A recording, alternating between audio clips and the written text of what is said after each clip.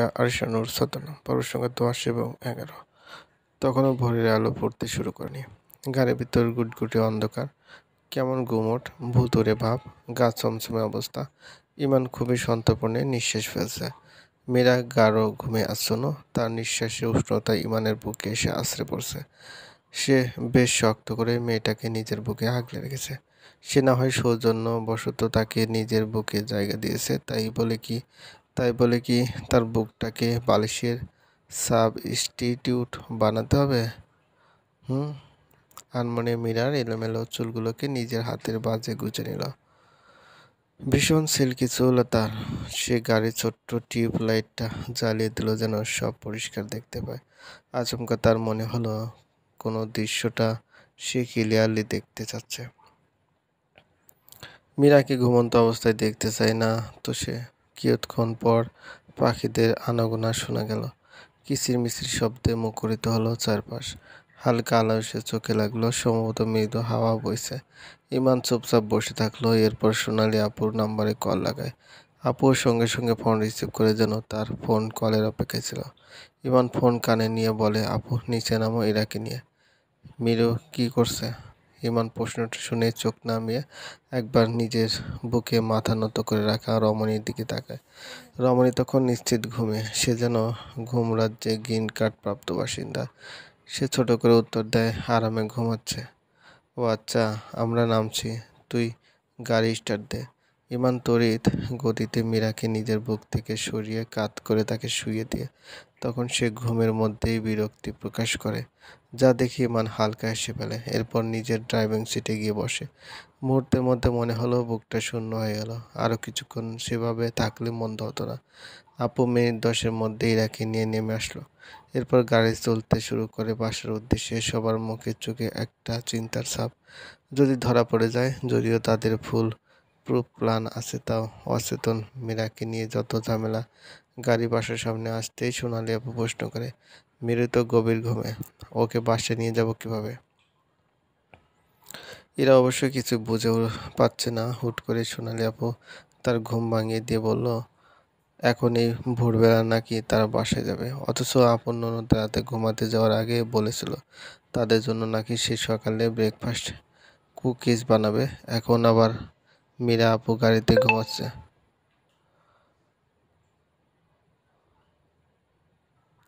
ঘটনাগুলো তার কাছে সন্দেহজনক লাগছে। আপুকে জিজ্ঞেস করার সাহস হচ্ছে না। সে গাড়ি থেকে নেমে গেল। ইরা আরও অবাক হলো যখন ভাইয়া নিচ থেকে মীরা আপুকে কোলে তুলে নিল। মানে আপুকে ডাক দিলেই তো পারতো না?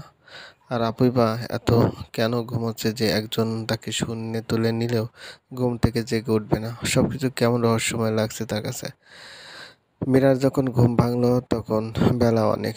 মাথার উপর ফ্যান ঘুরছে, অথচ সে ঘেমে নিয়ে একাকার।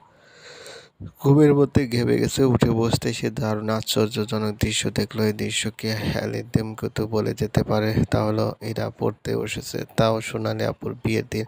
উঠে বসার পরপর সে অনুভব করলো তার মাথা ব্যথা করছে। সে মনে করার চেষ্টা করলো রাতে কি হয়েছিল, পার্টি থেকে বাসায় ফিরল কিভাবে, কিন্তু কিছুই মনে করতে পারলো না। তাই বাধ্য হয়ে ইরা ডেকে উঠে সে। ইরা অমনোযোগী হয়ে বইয়ের পাতা উল্টাচ্ছিল।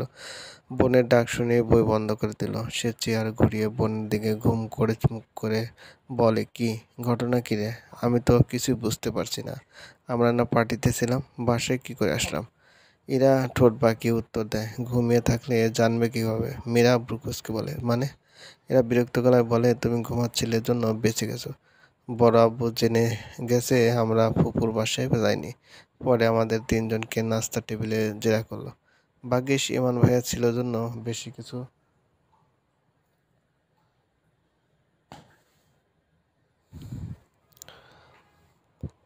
ইমান ভাইয়া ছিল জন্য বেশি বকা খায়নি। ভাইয়া বলেছে গাড়ির ইঞ্জিন মাঝপথে বন্ধ হয়ে গেছে, জন্য সাহায্যের জন্য সোনালি আপু খুব ভালো এক ফ্রেন্ডকে কল দিতে জোর করে বাসায় নিয়ে গেল। ডিনার করিয়ে আর ছাড়ে না। রাতে সেখানেই থেকেছি। ওনার মা খুব রিকোয়েস্ট করেছিল থেকে যাওয়ার জন্য। বড় আব্বু অবশ্য বকেনি, কিন্তু মা বকেছে, এই জন্য এখন পড়ছি। মীরা ঠোঁট গোল করে ও বলে, এরপর বলে, কিন্তু আমি বাসায় আসলাম কিভাবে? ইমান ভাইয়া তোমাকে কোলে তুলে নিয়ে এসেছে। এত ঘুমাচ্ছিলে তুমি? এই পরিস্থিতিতে একটা মানুষ ঘুমায় কিভাবে? সোনালি আপু যখন ভোরে আমাকে ডাকলো, ভয়ে আমার হাত জমে যাচ্ছিল। ইরার কথায় গুরুত্ব দিল না আর সে। সে আপাতত আজ অন্য চিন্তায় মগ্ন। ছাদের বেশিরভাগ কথাই তার মনে আসছে না। কিন্তু কেন? এই প্রশ্নের উত্তর সে কার কাছ থেকে পাবে? ইমান? অসম্ভব। এই ফাজিলকে সে কোনোদিন কিছু জিজ্ঞেস করবে না। সে উঠে বসল। নিজের হাতের দিকে তাকায় সে। কি সুন্দর রাঙা রং ধারণ করেছে। দেখলেই মন ভালো হয়ে যাচ্ছে। সে দুহাত নিজের নাকের কাছে এনে মেহেদির ঘ্রাণ নিল। মেহেদির গন্ধটা তার ভালো লাগে। লাল টকটকে দুহাত ভর্তি মেহেদি দেখে তার নিজেকেই বধূ লাগছে। এত গর্জিয়াস করে কেন আর্টিস্ট তাকে মেহেদি পরিয়ে দিল? ইরার মেহেদি সে দেখেছে। খুবই সিম্পল ডিজাইনে হাতের উল্টো পিঠে শুধু দেওয়া, অথচ তার হাতে একদম ব্রাইডাল ডিজাইন মেহেদি দেওয়া। বিষয়টাও অদ্ভুত। আজ সকাল থেকে ব্যস্ততা যেন বহুগুণ বেড়ে গেল। বিয়ের অনুষ্ঠান বিকেলে। আপু ইতিমধ্যে পার্লারে যাবে, তার সঙ্গে মীরা যাবে। এজন্য সে নিজের লেহেঙ্গা ব্যাগে গুছিয়ে নিয়ে আপুর অপেক্ষা করতে লাগলো। সে জীবনে প্রথম পার্লারে গিয়ে সাজবে। এক্সাইটমেন্ট যেন সময় থমকে গেছে। অমন সময় তার রুমের দরজায় নক হওয়ার শব্দ ভেসে এলো। সে বলে ওঠে, কে? এক কাপ চা বানায় দাও তো। আদেশকারীর কণ্ঠ শুনেই তার মেজাজ চটে গেল। সব সময় কি বেটা তাকে দিয়ে কাজ করিয়ে নেবে? মানে কাজের সময় মীরা আর অন্য সময় ঘুরেও তাকাবে না? মীরা দরজা খুলে দিয়ে বলে, পারবো না। তাহলে আমিও তোমাদের ড্রাইভারি করতে পারবো না। ড্রাইভার আঙ্কেল কই? বড় মামার সঙ্গে বাজারে গেছে। মীরার মুখে কালো মেঘের আনাগোনা। সে দ্রুত যেতে ধরলে ইমান বলে ওঠে, আজকে লবণ দিলে খবর আছে কিন্তু। মীরা বেঞ্চি কেটে রান্নাঘরে অগ্রসর হয়। মিনিট 15 পর সে যখন চা নিয়ে ইমানের রুমে প্রবেশ করে, তখন সে জনাব চুলের জেল লাগাচ্ছিল। মীরা দেখবে না দেখবে না করেও 3বার তাকে পরখ করে নিল। এরপর চা টেবিল রেখে চলে যেতে ধরলে সে বলে উঠে, দাঁড়াও। মীরা থেমে গিয়ে বলে ওঠে, কি? চায়ে একটা স্লিপ দাও। মানে?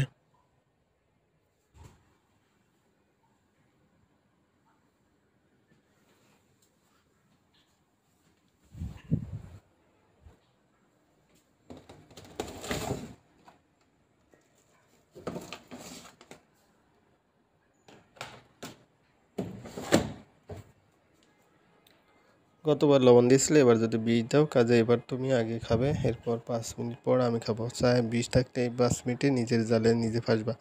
মীরা দাঁতে দাঁত চেপে চায়ে স্লিপ দিল এবং সত্যি সে 5 মিনিট দাঁড়িয়ে থাকলো। ইমান চুল স্পাইক করে তার সামনে এসে দাঁড়ালো এবং চায়ের কাপ হাতে তুলে নিজে দিকটা দিয়ে মীরা চুমুক দিচ্ছে সেই জায়গায় একটা স্লিপ দিয়ে বলে, একটু বেশি মিষ্টি।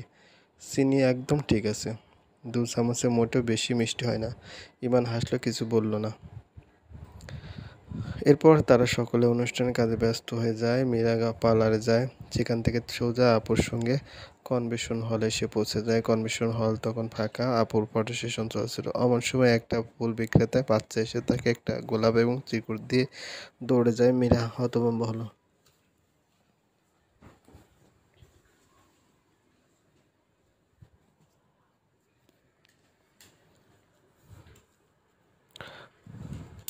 অক্ষরে লেখা গোলাপটা কানে গুঁজে দিলে আরো বেশি সুন্দর লাগবে। মীরা ঠোঁটে হাসির রেখা ফুটে ওঠে। কে হতে পারে এই ব্যক্তি? সে খোলা চুলে ভাঁজে গোলাপ গুঁজে দিল। তখনই আরেকটা বাচ্চা এসে আরেকটা চিরকুট দিয়ে চোটে লাগায়। সে পুনরায় অবাক হয়ে অতি আগ্রহ নিয়ে চিরকুটের ভাঁজে খুলে সেখানে বাংলা অক্ষরে লেখা। গলার ডান পাশের আদুরের তিল জোড়া যেন আর কেউ না দেখে। ইতি তোমার সিক্রেট লাভার। চলবে। গল্পের নাম ফেরিটেল, লেখা আরিশানুর, ছদ্মনাম, পর্ব সংখ্যা 11। সিক্রেট লাভারটাকে তাকে খুঁজতে গিয়ে মীরা একদম ডিটেকটিভ শার্লক হোমস হয়ে গেল। তবু দ্য গ্রেট লাভার কে হতে পারে তার বিন্দুমাত্র হিন্টস পাওয়া গেল না। কনভেনশন হলে ইনভাইটেশন পাওয়া ব্যক্তিবর্গের মধ্যে নিশ্চয়ই লাভার বয় লুকিয়ে আছে। বলতে গেলে এই অনুষ্ঠানে আপাতত কোনো ছেলে আসেনি। শিয়ার, সোনালি আপু সহ এখানে আরও 3জন আছে যারা সন্ধ্যার তালিকায় পড়ে না। যে একজন ওয়েটারকে গিয়ে জিজ্ঞাসাবাদ করে। সে বলে ওঠে, এই যে মামা, এই হলে কোন ছেলে এসেছে কি? মানে এন্ট্রি গেট দিয়ে কোনো ছেলে ঢুকেছে? উনি মনে করার চেষ্টা করলেন। এরপর বলে ওঠে, না বা, কাউকে তো দেখলাম না। মীরা আচ্ছা বলে পাশ কাটিয়ে চলে গেল। ওয়েটার যে না নিজ কাছে মন দেবে অমনি তার খেয়াল আসলো ইমান ভাই একটু আগেই বেরিয়ে গেছে। উনি বিকেলে এসে হলের ডেকোরেশন চেক করে গেছেন। কিন্তু এটা আর আপাকে বলা হলো না। বিয়ের অনুষ্ঠান জমজমাট হলো। অনুষ্ঠানে গেস্টও এসেছে অনেক। পরিবারের সবাই গেস্টদের সাথে কথা বলায় ব্যস্ত। মীরার কলেজের ফ্রেন্ড এসেছে, সেও ব্যস্ত তাদের সঙ্গে মজা করায়। খাওয়া দাওয়ার সময় মীরা তার ফ্রেন্ডদের সঙ্গে বসলো, উদ্দেশ্য একসঙ্গে মজা করা এবং ফ্রেন্ডদের জন্য একা একা বোর ফিল না লাগে। ইমান আবার সোনালি আপুর ভাইয়ের দায়িত্ব পালন করছে। প্রতি ব্যাচের প্রতি টেবিলে টেবিলে গিয়ে দেখছে ঠিকমতো সব দেওয়া হচ্ছে কিনা, গেস্টরা খেতে পারছে কিনা। মীরা যেই টেবিলে বসেছে তার সামনে গিয়ে সে দাঁড়ালো, আর চোখে দুজনের মধ্যে দৃষ্টি বিনিময় ঘটে। মীরা ইশারায় ইশারায় তাকে ভেঙচি কেটে এখান থেকে সরে যেতে ইঙ্গিত দেয়। সে বুঝে এমন একটা ভান ধরে যেন কিছুই বুঝেনি। অতঃপর এগিয়ে আসে আরও কয়েক কদম, তারপর আগ বাড়িয়ে বলে উঠে, হ্যালো সুন্দরী আপুরা, তোমরা সবাই কেমন আছো? মীরার বান্ধবী লামিয়া বলে ওঠে, ভালো আছি, তুমি কেমন আছো? প্রশ্নটা শুনে মীরা হা হয়ে যায়। প্রথম কথোপকথনেই ডিরেক্ট তুমি? ইমান মুচকে এসে বলল, তোমাকে দেখার পরও কি খারাপ থাকা সম্ভব? লামিয়া হাসলো, ইমানও হাসে। তাদের হাসি দেখে মীরার মেজাজ খারাপ হতে লাগে। সে জগ উঠালো, অথচ পানি গ্লাসে ঢাললো না। এরপর শব্দ করে কাঁচের জগটা টেবিলে রেখে নিজের উপস্থিতি জানান দিল। ইমান বলে ওঠে, তোমাদের কোনো সমস্যা হলে জাস্ট একবার আমাকে মনে করবে। মীরা মনে মনে বলে, সমস্যার ভান্ডার নাকি সমস্যার সমাধান করবে? কই তার নিজের কত শত সমস্যা, একবারও তো জনাব জিজ্ঞেস অব্দি করে না। মীরা, তোমার সব ঠিকঠাক? কোনো অসুবিধা নেই তো? বরং যেন আরও বুদ্ধি আটে কীভাবে তাকে ফাঁসাবে, কোনো ঝামেলায় ফেলানো যায়। আচমকা তার খাবারের প্লেট থেকে ইমান জালি কাবাবের পিস নিজের হাতে তুলে নিয়ে ব্যস্ত ভঙ্গিতে চলে গেল। এমন না যে কাবাব নিয়ে যাওয়ার সময় মীরার সমস্যা, এত ছোট মন নয় তার। বরং সে অবাক এই জন্য যে ইমানের সামনেই সে কাবাবে একটা কামড় বসিয়েছে।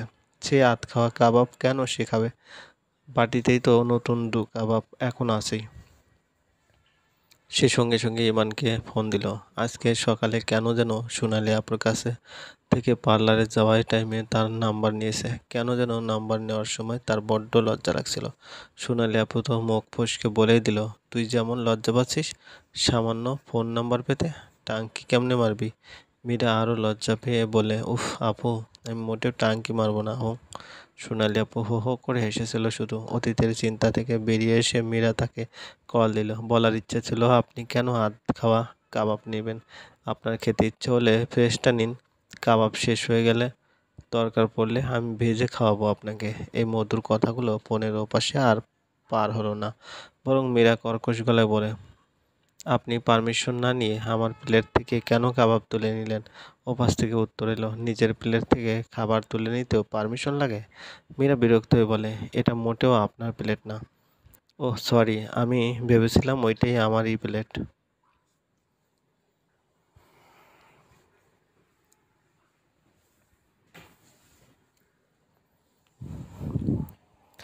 মীরা বিরক্ত হয়ে বলে, এটা মোটেও আপনার প্লেট না। ও সরি, আমি ভেবেছিলাম ওইটা আমারই প্লেট। মীরা বিরক্তিতে স্ববর্ণ উচ্চারণ করে ফোন কেটে দিল। সঙ্গে সঙ্গে সে মাথায় একটা ভাবনা আসলো। ইমান একবার জিজ্ঞেস কেন করলো না ফোনের অপর প্রান্ত কে? ইমান কি আগে থেকে তার নাম্বার নিজের ফোনে সেভ করে রেখেছে? এই ছেলের সঙ্গে কথা বলা মানে নিজের পায়ে কুড়াল মারা। কী জন্য সে এই ছেলেটাকে ভালোবাসলো?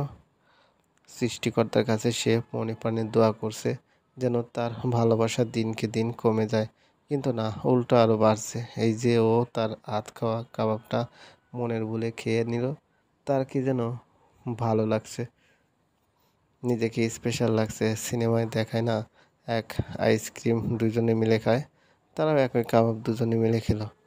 তাকে চিন্তার রাজ্য থেকে বেরিয়ে আনলো তার ফ্রেন্ড লামিয়া। সে খেতে খেতে বলে ওঠে, মিরু, তোর কাজিনটা সেই হ্যান্ডসাম রে, উফ, পোলা তো যেন আগুনের দলা। আমার সঙ্গে সেটিং করায় দে না দোস, তারপর বিয়ে করে সোজা নিউ ইয়র্কে যাব। মীরা মনে মনে ক্ষুব্ধ হলো, তার বান্ধবী কত বড় লুচু মেয়ে। সে ঝাড়ি মেরে উঠে বলে, খবরদার ওনার দিকে তাকাবি না। লামিয়া চোখ গোল গোল করে বলে, কেন রে, তোর উনি কি আমাদের দুলাভাই যে প্রেম করা যাবে না? মীরা লামিয়ার চুল টেনে বলে, খুব শখ না ওনার সঙ্গে প্রেম করার, বেয়াদব মেয়ে। লামিয়া রেগে যাওয়ার পরিবর্তে হাসলো। সে জানে মীরার যখন রাগ ওঠে তখন সে অন্যের চুল ধরে টানে। সেই ছোট্ট কাল থেকে মীরার ফ্রেন্ড হওয়ায় কতবার যে মীরার চুল টানার শিকার হলো সে।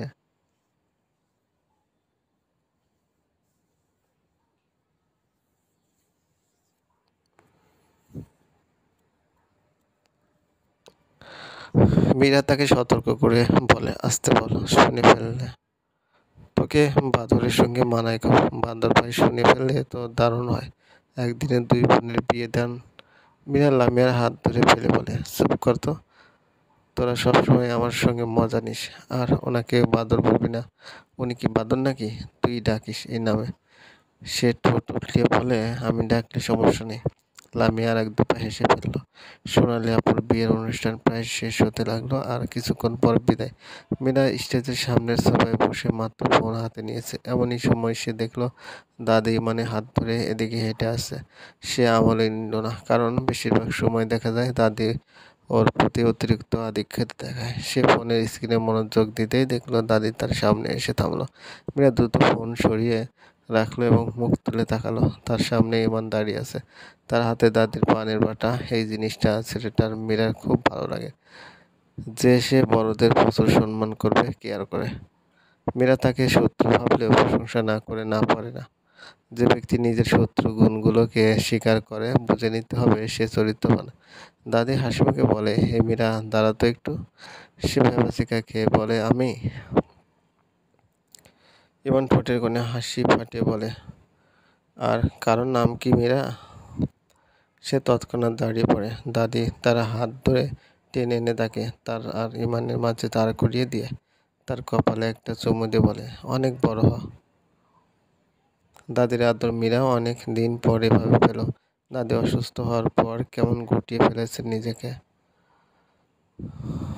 তখনই পাশে তার বাবা মা আর বড় আব্বু এসে ভিড় জমালো। দাদি হুট করে তার ডান হাতটা ধরে একটা আংটি পরিয়ে দিল, সোনার আংটি, এবং তার হাতটা ইমানের হাতে তুলে দিল। সঙ্গে সঙ্গে মীরার গা বেয়ে যেন বিদ্যুৎ বয়ে গেল। সে আঁতকে ওঠে। ঘটনার কিছুই তার বোধগম্য হচ্ছে না। সবটা পাখির মতো মাথার উপর দিয়ে যাচ্ছে। মায়ের দিকে দৃষ্টি নিবদ্ধ করলো। সে দেখলো মা হাসি মুখে দাঁড়িয়ে আছে, এমনকি বড় আব্বুও মুচকি হাসলেন। তবে বাবার মুখ গোমড়া। ইমানের হাতে পান বাটার চুন লেপটেছিল। সেই চুন তার হাতে লেগে একদম ঘেঁটে গেল। সে তিনবার চেষ্টা করলো নিজের হাতটা তার হাতের মুষ্টি থেকে সরিয়ে নেওয়ার, কিন্তু ব্যর্থ হচ্ছে। সে অনেক শক্ত করে ধরেছে তাকে, যেন মীরা ছাড়া পেলেই দৌড়ে পালিয়ে যাবে। সে ফিসফিস করে বলল, আমার হাত ছাড়ুন। সে ফিসফিস করে বলে, ছেড়ে দেবো বলে ধরিনি, ধরে রাখার জন্য ধরেছি। আর একবার ধরে রাখার জন্য ধরলে ছেড়ে দেওয়া যায়, ছেড়ে দেওয়া বারং। কি হচ্ছে এখানে? তোমার কথা মতো তোমার বাবা মা বড় আব্বুর পারমিশন নিয়ে তোমাকে কপি ডেটে নিয়ে যাওয়ার ব্যবস্থা করছি। কপি ডেট শুনে মীরার মুখ হা হয়ে যায়। সে চমচমের মতো চোখ গোল করে তাকায় ইমানের দিকে। ইমান হাসি মুখ করে সামনে তাকিয়ে আছে। কোনো ফাঁকে যে ফটোগ্রাফার এসে তাদের ছবি তুলে ফেললো সে খেয়ালও করেনি। একটা সময় পর কাজের জন্য ইমান তার ছেড়ে দিয়ে চলে যায়। আপুর বিদায়ের সময় মনে হয় আপুর চেয়ে বেশি মীরাই কাঁদল। কাঁদতে কাঁদতে হিচকি তোলার মতো অবস্থা। আরও কিছুক্ষণ সেভাবে কাঁদলে জ্ঞান হারাবে এই ভয়ে ইমান তাকে পানি খাওয়াচ্ছে, টিস্যু চাপাই দিচ্ছে সান্ত্বনা স্বরূপ। এটাও বলল যে আগামীকাল সকালেই আপুর বাসায় তাকে নিয়ে যাবে। তবু মীরা থামে না। এদিকে গাড়ি ছেড়ে দেওয়ার সময় হচ্ছে। সোনালি আপু ইমানকে উদ্দেশ্য করে বলে, এই মেয়ে নিজের বিদায়ে কি কাণ্ড ঘটাবে কে জানে। তোর উপর দিয়ে অনেক ধকল যাবে রে। মীরা কাঁদতে কাঁদতে হালকা থামলো। আপুর কথায় হালকা যাওয়া আভাস পাচ্ছে, তা সে কল্পনা ভাবতে চায় না। ইমান মিটমিট করে হেসে বলে, কান্না থামাও তো তুমি।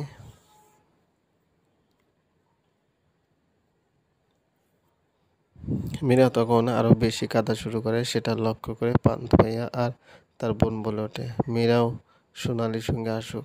বোনের সঙ্গে তার শ্বশুরবাড়ি গেলে অ্যাটলিস্ট তার কান্না থামবে। মীরাও যেতে রাজি হয়ে যায় এবং আপুর সঙ্গে সে গাড়িতে উঠে পড়ে। সোনালি আপুর শ্বশুরবাড়ি গ্যান্ডারিয়া। এখান থেকে খুব দূরে না, তবুও ইমানের কেন যেন মনে কু ডাকতে লাগলো। মনের ভিতর কসকস করতে লাগলো কিছু একটা। বিদায় পর্ব শেষ করে আপু গাড়িতে উঠে বসে। গাড়ি চলতে শুরু করলে ইমানের অস্বস্তি ক্রমেই বৃদ্ধি পায়। চলবে। গল্পটি ভালো লাগলে অবশ্যই লাইক করবেন, কমেন্ট করে জানিয়ে দেবেন। চ্যানেলে যদি নতুন হয়ে থাকেন অবশ্যই সাবস্ক্রাইব করে পাশে থাকা বেল আইকনটি প্রেস করে রাখুন, যাতে নতুন নতুন ভিডিও আপলোড করার সাথে সাথে আপনার নোটিফিকেশন